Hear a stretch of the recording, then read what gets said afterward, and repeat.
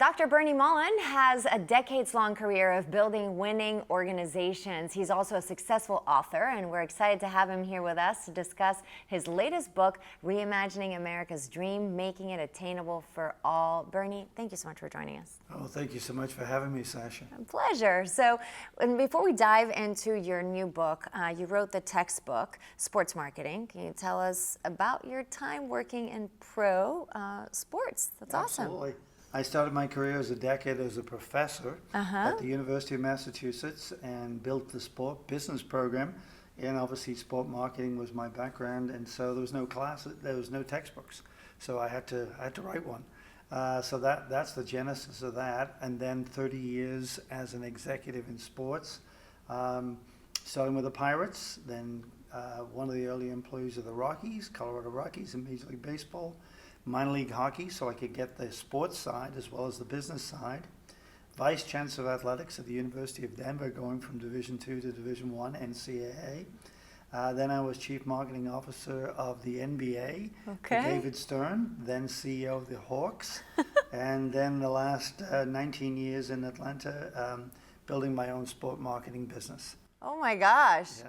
That's amazing. Very blessed. Very blessed. A lot of fun, a lot of challenges, but a lot of rewards and satisfaction as well. And the passion started, you were a semi-pro soccer player. I was a semi-pro soccer player in England. The story is a cute American gal and Heineken beer. Oh, those the girls. Foreign language, those girls, yeah.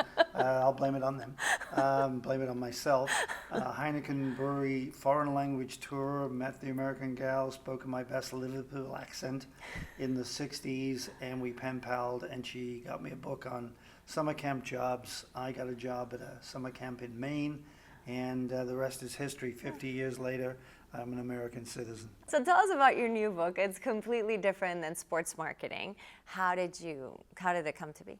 Well, it came to be, the book chronicles all the different parts of America where I lived and worked, and me chasing the American dream and becoming more and more socially conscious as I go, and realizing that there are a lot of people that the American dream was not reality. It wasn't open to them. And so at the end of it, it follows according to Pew Research, the top 10 voter issues, the most important social issues in America. Number one being income, number two being education. And so the book focuses on simple, cost-effective solutions to try and solve those social problems, so that the dream can be aspirational and unite us all together behind a united America. And attainable. And attainable. The most important thing is attainable. And so, you know, what are the recommendations? Number one, minimum wage, minimum $15 an hour, $30,000.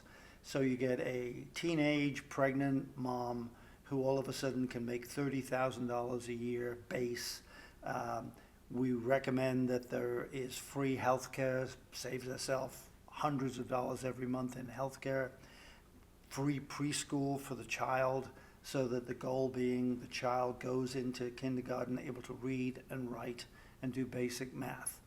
And I've formed a foundation called the Aspire Difference Foundation, and it's designed to be for single parents with preschool kids, the goal being that child can get into kindergarten able to succeed, with education being the key to unlocking the American dream. Absolutely. I'd say, yeah, education being fundamental. So what can people expect once they've read your book? Once they've read the book, hopefully they'll find a very interesting journey. I've lived in 3 time zones, worked in the 4th time zone with the LA Dodgers back in the day. So I've got a pretty good sense of what's going on in America, why we have the ties that unite us undoing, and this separation that we've got going on. How do we come back together? We come back together by being united. You know, the couple of different things. One is what I call the 4-legged stool. For a healthy life, you need to have 4 legs on it. One is a value system, something bigger than yourself. It's not about you, it's about others. There's a great book on joy by the Dalai Lama and Desmond Tutu, and it basically says the happiest people on the earth are people who live for other people, not for themselves. Okay, so that's number one. Number two is family, and our philosophy on family is F.A.M.I.L.Y. which I stole from Greg Schiano, the coach at Rutgers University football program. and it stands for Forget About Me, I Love You. Aw, that's So nice. family. Third one is obviously a career where you do something that's meaningful, and finally community.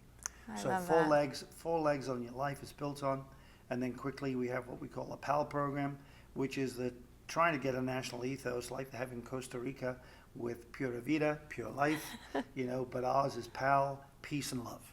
How do we come together as one united nation? And that's what the book's about. I love that. I mean, with such a career and such different experiences, we could talk for like an hour here, but unfortunately you have to go. Dr. Mullin, thank you so much for being here with us. Sasha, thank you so much. Appreciate you having me on. Thank you.